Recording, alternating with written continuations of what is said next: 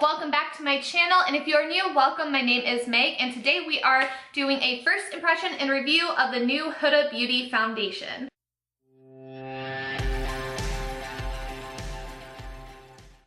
Alright, so first of all, yes, it's almost noon, and yes, I'm still in my onesie. Don't you judge me. Alright, so before we get into more details, I just want to explain my skin type. I do have very dry skin.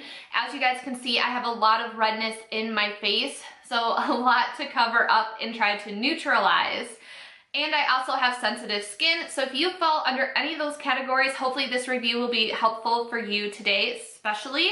Alright you guys, so today I'm so excited to be doing this review and first impression video for you guys for the Huda Beauty Faux Filter Foundation. This was released a couple weeks ago to Sephora.com.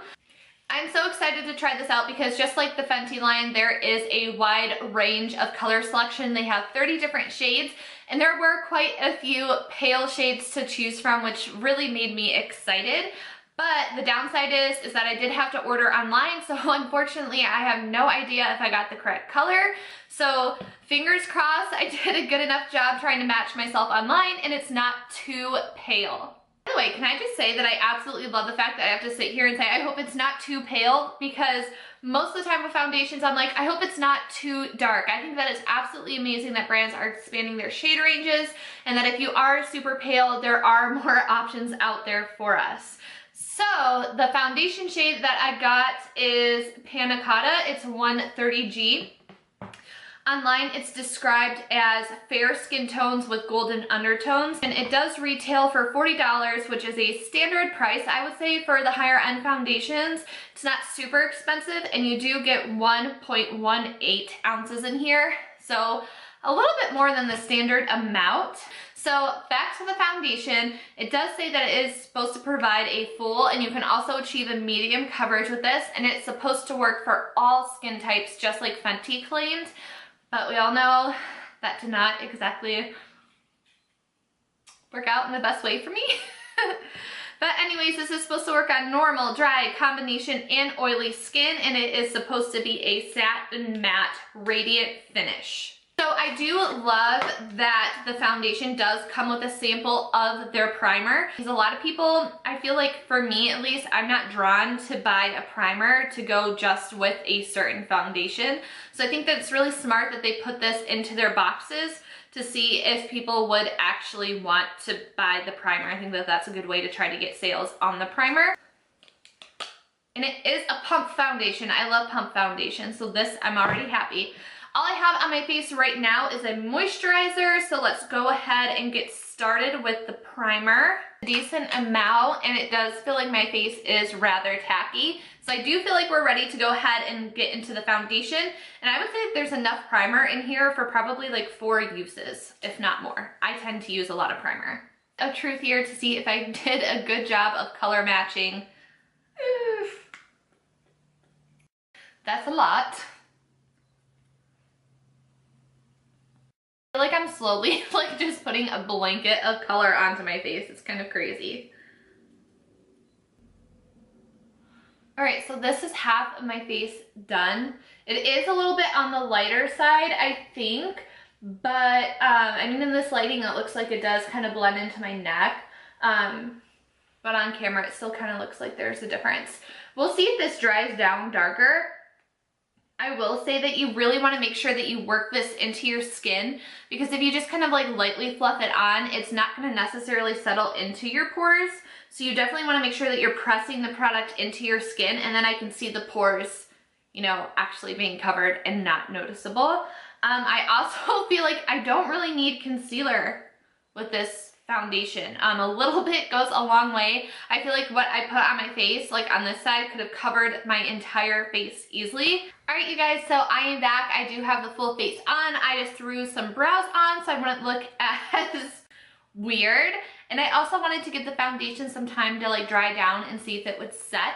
I do feel like it is like a little bit light for me right now, but I do think that this would be a decent color match in the next couple months when I really do get super pale. It doesn't really feel like the foundation's set down. Like I'm still getting some transfer on my fingers. and it just still feels a little bit tacky. So I think you're definitely going to need to set this foundation. With that being said, I'm not gonna wear any under eye concealer today because like I don't really think like I need it for this look. All right, so now I have you guys zoomed in so you can kind of get an idea of what my skin looks like with this foundation. So I don't know if you could tell, but right here, for some reason, my pores are like really emphasized. Like,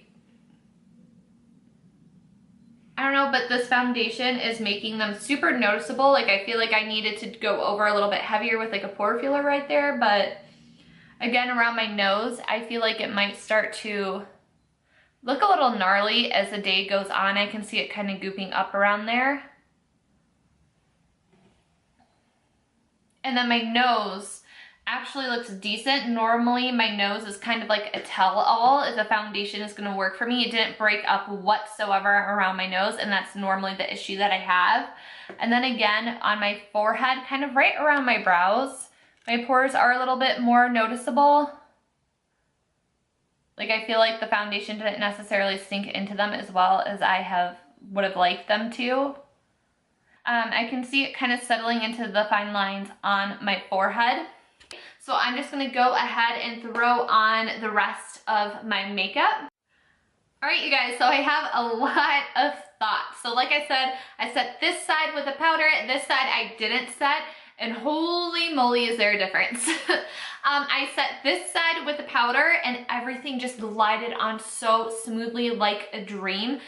It definitely feels like you're dragging your brushes through mud. It's gonna look splotchy, it's not gonna blend as easily, and it's gonna be like a lot more noticeable and intense if you don't set your face. So I already can tell I will love setting this foundation.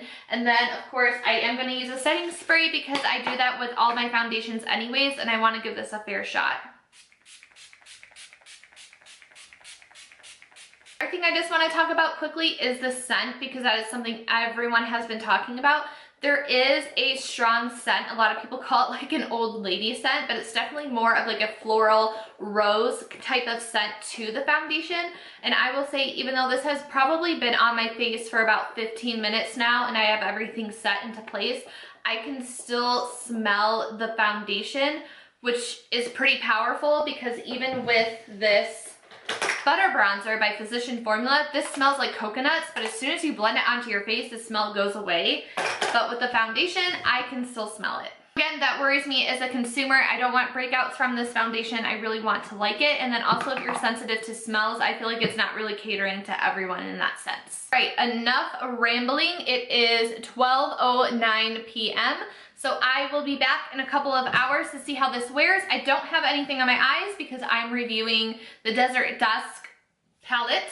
So make sure you're subscribed so you don't miss out on this one either. So I will be back later to let you guys know how this wears throughout the day.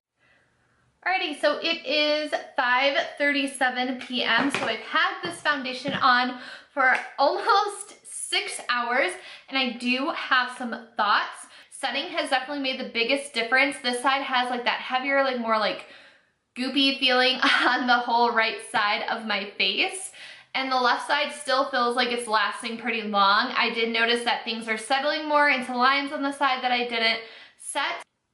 Don't expect this to last like at all if you touch your face if you don't set it, because it will all just wipe away. When I zoom in, you guys will see my nose area because I do have animals, so there's a lot of, you know, pet hair. So when I'm trying to get it off my face, I kind of like clawed the foundation off my nose, even though I was being like as gentle as I could and like trying to be as light and airy getting the hair off. You guys will see my foundation still got all kinds of disrupted on my nose. And then I do feel like the powder products have been wearing nicely throughout the day, so that's definitely a plus. I did notice when I was around the 3-hour mark, my face did start to look a little bit overly shiny on my right side that I didn't set. So setting is definitely key. And then also on the side that I did set, you still do get a slight transfer. So this foundation by no means is transfer proof. You're gonna be leaving marks on whatever you touch with your face or whatever comes in contact with your face, so beware of that. Guys, zoomed in, don't mind my mouth area, I just ate dinner. But as you guys can see, it's kind of wearing off, like definitely around my nose, like right there, just kind of says it all. anywhere. My nose was itchy a lot today. I think like the foundation had something to do with it because it is heavier feeling. And then if you guys can tell, my pores are like so accentuated with this foundation. So I'm gonna have to try a different primer to see if that will help with my pores looking huge AF. And then as you guys can see, I do have quite a bit of creasing on my under eye area, even though I did set it. That surprises me. I wasn't expecting to crease there. And then my forehead, on the side that didn't set, it's definitely settled more so into the lines. Also, I don't think the foundation really oxidized throughout the day. I think it may have gotten like the teensiest bit darker, but that is about it. So I'm gonna do a final check-in later tonight. It is 6:42 p.m. and I am done with this foundation. I know I just checked in like literally an hour ago, but I just like want this off my face and I'm gonna tell you why. So I literally just finished swatching all 18 shadows in the Desert Dusk palette. And of course with eyeshadows, sometimes there's fallout. So like any normal person would do, I was trying to swipe away the fallout. And even though I was being gentle and barely touching the brush to my skin, just wait for it. What the heck? It literally disrupted the foundation, not only on my nose, but also right here on my cheek. And then this side, don't even get me started on this side. This side that I did not set, the shadow was sticking to my face and wouldn't swipe away. And then just barely touching this damn brush on my face, there's foundation that came off on my brush.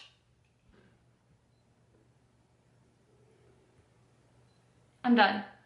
Okay, so final thoughts on this foundation. I don't hate it. I don't think like, oh, I'm gonna return this, I'm never gonna wear it again. I definitely wanna try it out a couple more times before I make a final decision on it. But right now I'm leaning towards the I like it side, as crazy it may seem with that little rant I just went on, and I'm gonna tell you why. First of all, you definitely need to do a good heavy set of this foundation if you want any chance of it lasting throughout the day. With you setting the foundation, I do think that it wears beautifully. I think it looks beautiful on the skin. Powder products really blend out nicely on your face. It's going to look really great. Everything's gonna look nice and blended together. Not set, everything is like a muddy mess and like super pigmented and like mucky and muddy. One second. I just took a call from my husband, so I'm not quite sure where I left off, but I believe I was talking about how horrendous the side of my face is that I didn't set it, and how this side I could survive wearing the foundation if I do a good set. However, I do not think that this is a good long-lasting foundation. So if you want to wear this through like 10 hours of your day, I don't think it's going to hold up that great, unless if you're like an amazing person that like goes an entire day without touching their face. I'm not that person. But nowhere on their website does it claim to be a long-lasting foundation.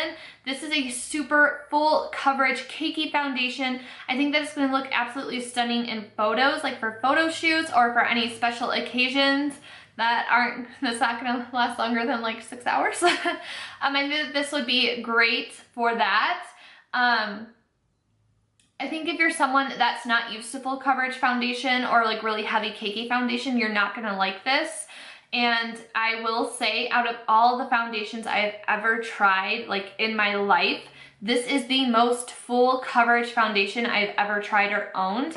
But however, my favorite foundation all time for events that are going to last and that has really good medium high coverage is the Makeup Forever HD foundation. So if you're hoping that this would be great event foundation that will last a while, I'm not sure if I would trust that trust this for that. I would definitely recommend the Makeup Forever HD for that.